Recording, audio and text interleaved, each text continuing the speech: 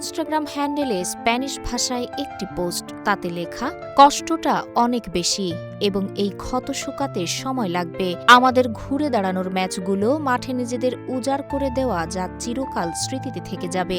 পুরো দেশের সমর্থন, যা এই দলটির কঠোর পরিশ্রম ও চেষ্টার সঙ্গে যুক্ত হয়ে আমাদের আবারও বিশ্বের সেরাদের কাতারে নিয়ে গেছে। পোস্টে আরও লেখা হয়, আরও একবার আমরা এক হয়ে দেশকে এক সুতোয় গাঁথতে পেরেছি। আর্জেন্টাইন হওয়ার অসীম গর্ব ভাগাভাগি করে নিতে পেরেছি। একই সঙ্গে চ্যাম্পিয়ন হওয়ায় স্পেনকেও অভিনন্দন।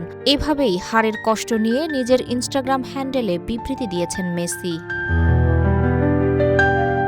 এ ম্যাচটি সম্ভবত মেসির বিশ্বকাপ ক্যারিয়ারেরও শেষ ম্যাচ হতে পারে। পরের বিশ্বকাপের সহ আয়োজক থাকবে আর্জেন্টিনা, কিন্তু তখন মেসির বয়স হবে ৪৩ বছর। তিনি তখনও খেলতে পারবেন এমনটা কল্পনা করা গেলেও বাস্তবে তা অসম্ভবই মনে হচ্ছে। তবে এত কিছুর পরও টানা দ্বিতীয় বিশ্বকাপ জিততে পারেনি আর্জেন্টিনা।